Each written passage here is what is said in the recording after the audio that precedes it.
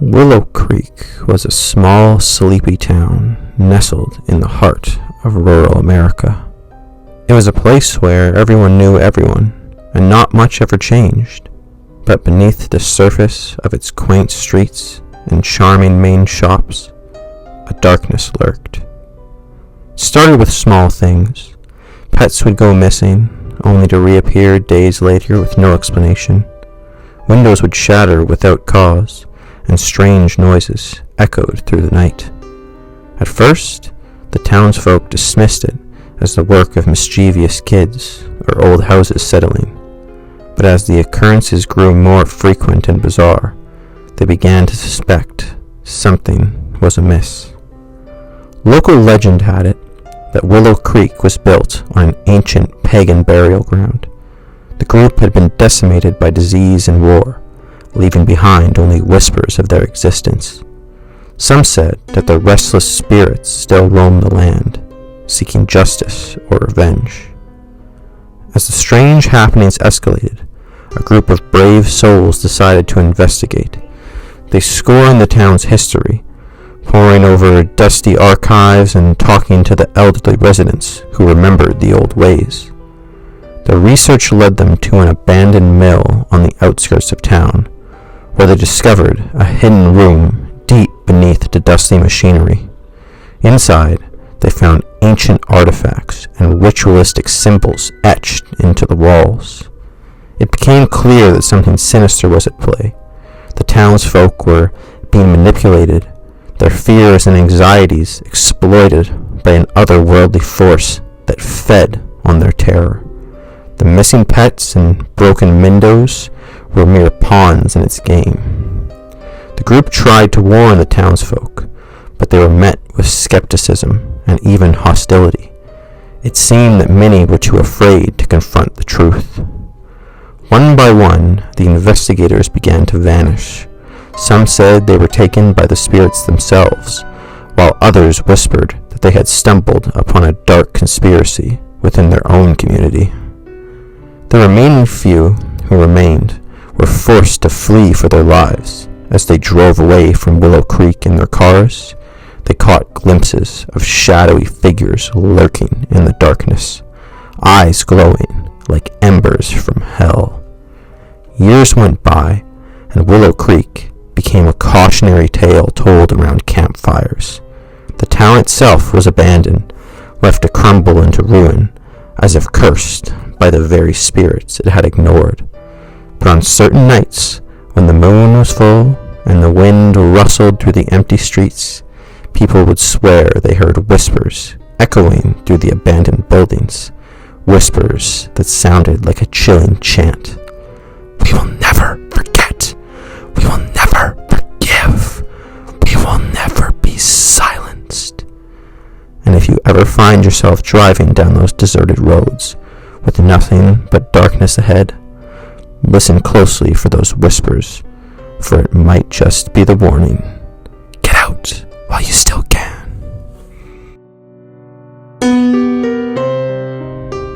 As I set out on my drive down the long, dark highway, I couldn't shake the feeling that I was being watched. The GPS on my phone insisted that I was heading in the right direction, but the landscape seemed to stretch on forever. With nothing but desolate fields and twisted trees passing by my window, I had been driving for hours, and my eyelids were growing heavy. I had been looking forward to a relaxing weekend getaway, but the farther I drove, the more uneasy I became. The road was empty and straight, with no signs of life anywhere.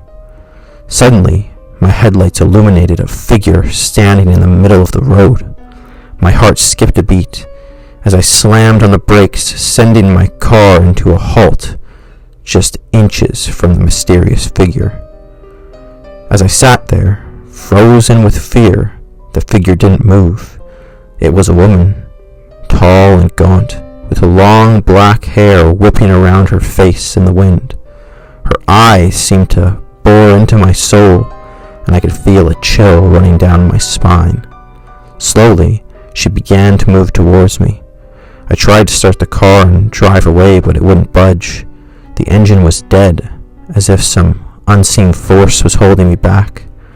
The woman reached out a bony hand and touched my window. I felt a jolt of electricity run through my body, and suddenly I was flooded with visions of death and destruction. Cars crashing, bodies burning, screams echoing through the darkness. I was paralyzed with fear as the woman's eyes seemed to burn into mine. Then, just as suddenly as it had begun, everything went black. When I came to, I was lying on the side of the road, my car still parked on the highway. The woman was nowhere to be seen. But as I stumbled back to my feet and staggered away from the car, I heard her voice echoing in my mind. "You'll never make it out of here alive anyway." I ran as fast as I could, but my legs felt heavy and unresponsive. The highway stretched out before me like a black snake, seeming to grow longer and darker with every step. I knew then that I was trapped in a living nightmare from which there was no escape, and as I stumbled on, my eyes scanning the darkness for any sign of rescue or salvation, I knew that I would never make it out of this place alive. Some say that on certain nights, when the moon is new and the highway is empty, you can still see me stumbling along that desolate stretch of road. They say that if you honk your horn 3 times and flash your lights 3 times in quick succession, you'll see me raise my head and whisper, "Thank you," before disappearing into the darkness. But be warned, if you do try this trick, don't be surprised if you start to feel a strange sensation in your engine, or if you begin to hear whispers in your ear. Summer had always been a time of freedom and adventure for the kids of Willow Creek. The sun-kissed days were filled with swimming, bike rides, and laughter. But this year was different. This year, something was off. It started with small things. The weather was unseasonably cool, and the sky seemed to be perpetually shrouded in a thick gray haze. The kids would gather at the local pool, but the water seemed to be wrong. It was as if it was sucking the joy out of them, draining their energy and leaving them feeling lethargic. As the days went by, the strange occurrences escalated. Tools would go missing from the shed, only to reappear with no explanation. Food would disappear from the kitchen, and some kids would even report finding strange symbols etched into their skin. At night, the kids would gather around campfires, trying to make sense of it all. They'd share stories of creepy sounds in the woods and unexplained movements in their dreams. But as they sat there, roasting marshmallows and trying to scare each other silly, they'd catch glimpses of something out of the corner of their eye. Something tall, imposing, and unmistakably malevolent. The adults were no help. They seemed to be hiding something, whispering hushed conversations on phone calls, and casting nervous glances over their shoulders. One by one, the kids began to vanish. At first, they were just missing for a few hours, but as the days went by, they didn't return at all. Their parents were frantic with worry, but the authorities seemed slumped. As summer drew to a close, only a handful of kids remained. They were holed up in an abandoned cabin on the outskirts of town, trying to stay safe from whatever it was that was taking their friends. But as they huddled together in fear, they heard it, a low, pulsing hum that seemed to be coming from outside. It grew louder and louder until it became a deafening roar. The kids knew that they were running out of time. They could feel it, a presence closing in around them like a noose. In a desperate bid to escape, they made a break for the door. But as they stumbled out into the bright sunlight, they saw it, a figure unlike any they had ever seen before. It was tall and imposing, its face twisted into a grotesque grin. The kids froze in terror. as it began to move towards them, slowly, deliberately. And then, everything went black. When the police found them weeks later, they were huddled together in a state of catatonic shock. The cabin was abandoned, left untouched, except for one thing, a strange symbol etched into the wall. It was as if something had taken them all, leaving behind only a haunting reminder that summer had indeed become forever lost in Willow Creek. From that day on, people whispered about the cursed summer when the kids vanished without warning. And if you ever find yourself driving down those desolate roads during those long summer nights, just remember, don't stop for anything, not even the children. We had always dreamed of a relaxing vacation on the secluded island of Isla de Meta. The brochure promised crystal clear waters, pristine beaches, and a tranquil atmosphere. But what they didn't mention was the eerie feeling that settled in the pit of your stomach as soon as you stepped off the boat. Our group of friends had been looking forward to this trip for months. We'd booked a luxurious villa on the west coast, surrounded by lush green forests and overlooking the turquoise sea. But as we arrived, something felt off. The staff at the resort seemed different. They moved with an unnatural stiffness, their smiles forced and unsettling. And the other guests, they seemed to be watching us, their eyes following our every move. The first night was a blur of beachside bonfires and cocktails, but as we settled in for the night, strange noises began to echo through the villa. Whispers in the walls, creaks in the floorboards, and an unshakable feeling that we were being watched. The next morning, we woke to find that our phones were dead. No signal, no messages, no internet. We were cut off from the world. As the day wore on, things only got weirder. We stumbled upon a hidden cove where the ancient stone statue stood guard over a decrepit church. The air was thick with a scent of incense and decay. And then we saw them, ghostly apparitions drifting through the trees, their eyes fixed on us with a malevolent intensity. That night, we huddled together in terror as the noises grew louder, more insistent. It was as if we were being summoned to something or someone. One by one, our friends began to vanish. At first, we thought they'd simply gone exploring, but as the hours passed and there was no sign of them, we knew something was terribly wrong. We stumbled through the darkness, desperate to find them, but every door led to more darkness. Every path ended in nothingness. And then we saw it.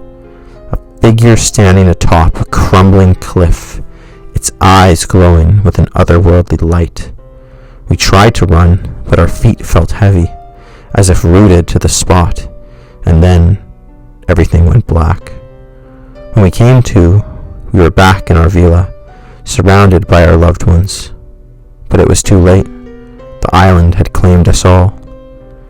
As we sailed away from Isla de Meta, the next morning, we caught glimpses of something watching us from the shore, a fleeting glimpse of eyes glowing like embers in the dark. We knew then that we'd never be able to shake off the feeling that Isla de Meta had become a part of us, that its dark magic had seeped into our souls.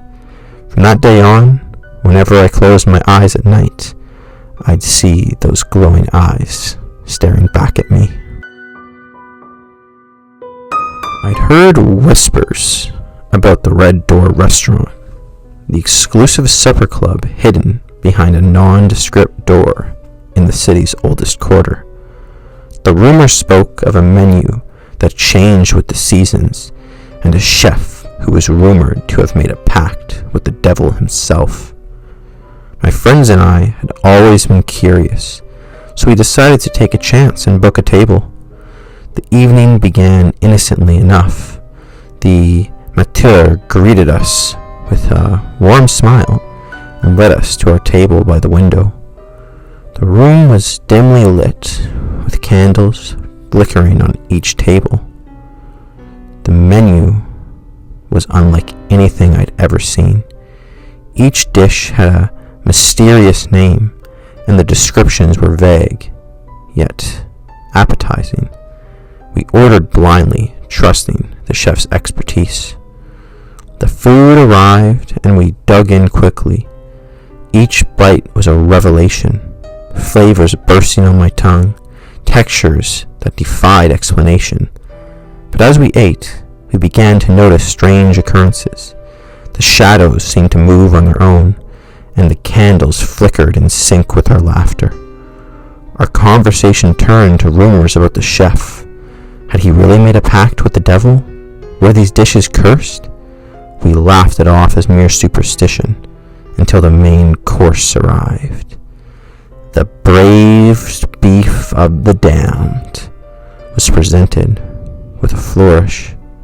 It looked exquisite, but as we took our first bites, we realized that something was off. The meat seemed to be moving, squirming on our forks like worms. We froze, unsure of what to do. The Matera disappeared at our table, his eyes glinting with an otherworldly intensity. "Enjoy your meal," he said, his voice dripping with malice. "For tonight, you are a part of something greater than yourselves." As we stared at each other in horror, the room began to distort around us. The shadows deepened, the candles flared brighter, and then everything went black. When we came to, we were back in our own world, but something was different. We couldn't shake the feeling that we'd been consumed by some dark force, and as we looked at each other, we knew that we'd been forever changed by that fateful night at the Red Door restaurant. From that day on, we avoided that part of town like the plague, but every now and then I'd catch a whiff of that same scent, brimstone and slow-cooked meat, and I'd know that I was being summoned back to the accursed supper club. The Red Door restaurant remained open for business, its secrets hidden behind its unassuming door. But if you ever receive an invitation to dine there, beware, for once you take a bite of their braised beef of the damned, there is no turning back.